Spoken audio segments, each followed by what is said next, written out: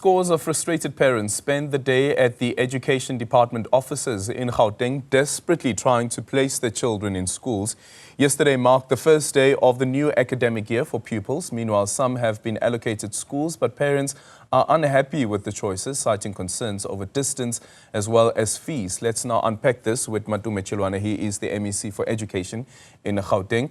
MEC, very good morning to you. Thank you so much for making time for us this morning. What's the situation like currently in terms of placements for the 2025 academic year? Good morning, Adam. Good morning to your viewers. Where we are, let me start with the initial application process, the first phase, where we had that 325,000 for both grade 1 and grade 8. And we did make placement offers to parents.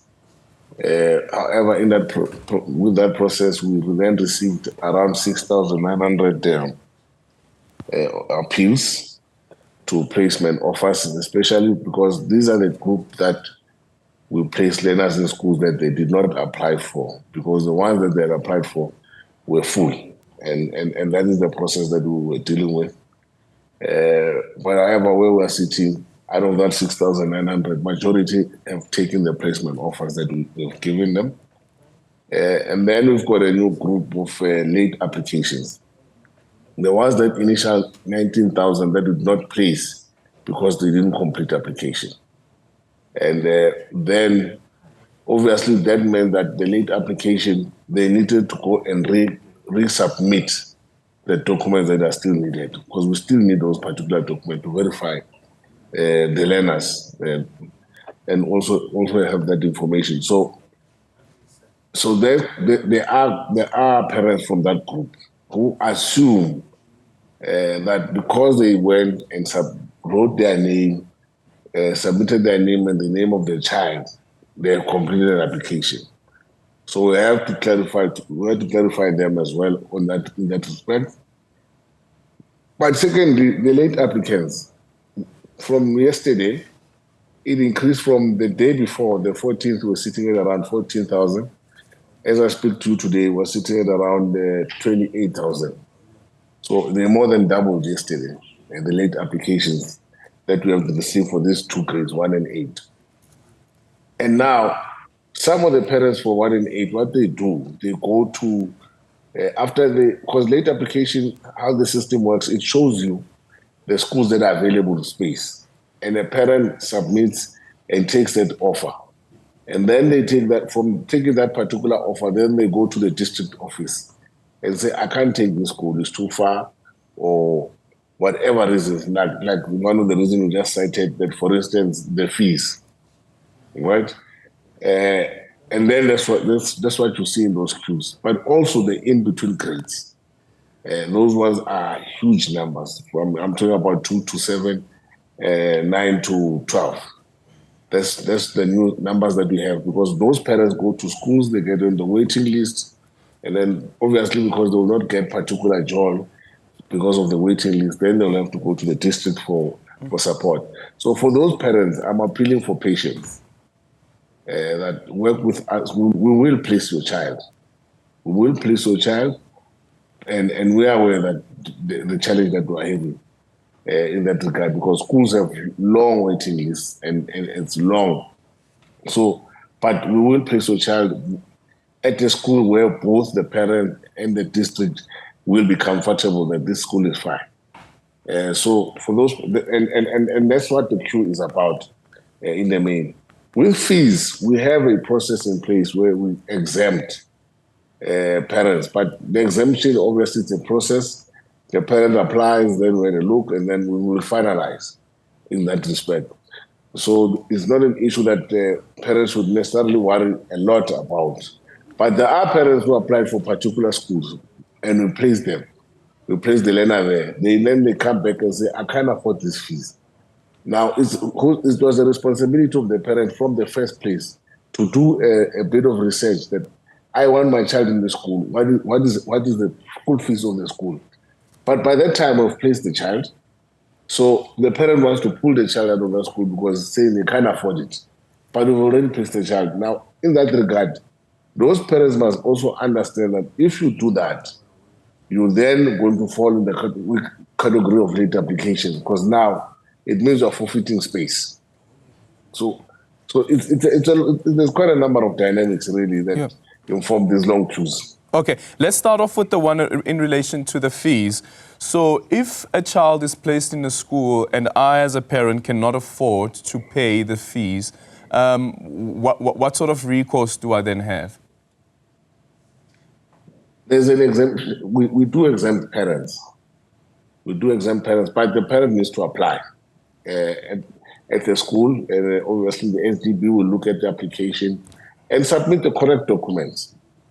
Correct document to demonstrate that the parent is unemployed or they can afford. And the exemption does not mean that it's a full exemption. It can also mean that they pay half of the fees or etc. or a certain portion of it. In some instances, it can be full exemption. So that process is always in place, and parents do have it as a form of recourse for them at the school. Yeah. And then on the 28,000 late applications, is there an anticipation that you could receive even more late applications, considering that we're only going to day 2 of the new academic year?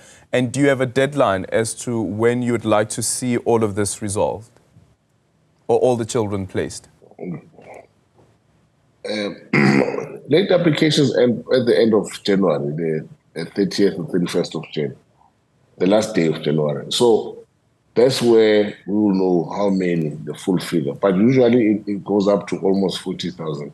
So if we're sitting at 28, we're aware that around about 14,000 more or plus, give or take, will be coming in, will be registering in the next few days. The first 10 days in every academic year, as part of process, is the one that we utilize to settle the system. So it's only after 10 days where we'll be able to tell you what is the full state of the system. So that's what we're working on now, the first 10 days. After that, we will then be able to, we should have been resolved the majority of the problem. But majority have done. As you know, majority, thousands, hundreds and thousands of kids, or millions in Gauteng really have gone to school seamlessly yesterday. We do have these challenges that we see. And it's largely infrastructure in high pressure areas. That's where we have a problem really. And in between grades are many, because parents now are bringing their kids into the economic hubs, in particular Gauteng. They're fetching them from other provinces and also some other neighboring countries. They also bring their kids in some instances. So that's where we have also a problem. Okay, so earlier on, we're encouraging our viewers as well to send through any questions and comments that they have for you, MEC, and I'd like to just quickly go through some of them. This one from Vo Chishonga on X, saying that the online registration is failing an African child as it seems no proper assessment is done for placement of children. Children are placed in Afrikaans-only schools or more than 15-kilometer radius from their home, adding further expenses to parents. Every year we have the same queries. What's your response to that? And that issue has been raised before, the distance, how far the schools are from the children's homes. Firstly, I really think that it's, parents who are accusing the system of not being efficient they don't understand how this system has made it seamless for every parent. Imagine, Alvin, over let's say 325,000 or 344,000 parents queuing in our schools. It will be a chaos.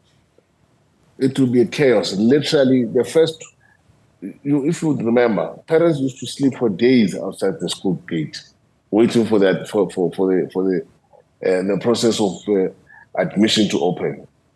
And that really, it would be raining, it would be all this thing. When we brought in the system, we were resolving that aspect. And what about parents who could not get their days off, but they wanted their kids at school? So with the system, a parent is able to apply from anywhere in the country, if not anywhere in the world, literally, for their child, so that there's minimal disruption in their work life and minimal distraction in their lives. That's what the system does. And the system captures. And then from there, we deal with the placement. So it's not an issue of the system, it's an issue of spaces. If there were enough spaces in high pressure areas, meaning there were enough schools in high pressure areas, there will not be these particular issues with the system. People will not even realize that the system, there's challenges. This system has no problem. There's no glitches in the system because complaints should be relating that I'm submitting my documents have been rejected. The system is not going, it's not logging in. I'm trying to, so there are no such. It's just around placement. The distance matter. And I think that this parent needs to do really more research and not come and assume. We don't place a child in an African school when the parents specifically says, I want an English medium or I want the Zulu medium school. We place a child in those particular schools where the parent says, this is the medium of instruction, especially for grade 8, because we use a grade 7 report to place a grade 8. So there's no way that so the distance is what the Bella is trying to address. To say sometimes there's an African school nearby, African medium school. Now we will then be able to negotiate to ensure that we are able to put English as a second also language there, or Zulu or Sotho or Pedi language in that nearby school, so that informed by the population that stays in that particular school's feeder zone. That's what we'll be able to do.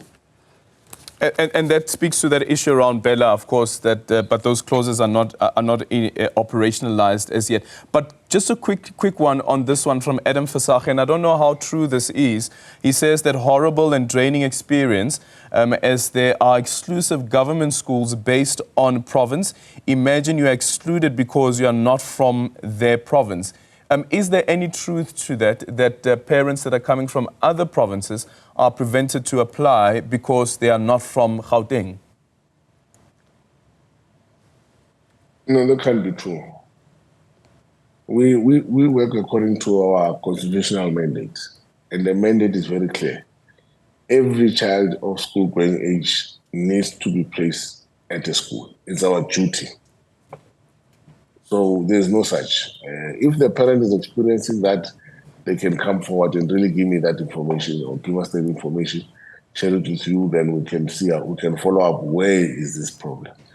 Because obviously we need to fix, if there are people who are doing that, we need to bring them to account. Yeah, and where can such a parent go to, MEC? No, we do have our hotline that they can lodge complaints at. They can lodge at their nearest district offices. So there are many.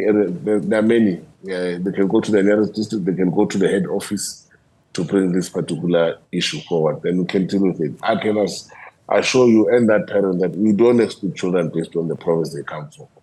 Actually, the reason why the system is growing is because kids are coming from other provinces and nearby countries, in some instances, into the province. All right. Thank you so much for your time. Matome Chiloane is the MEC for Education.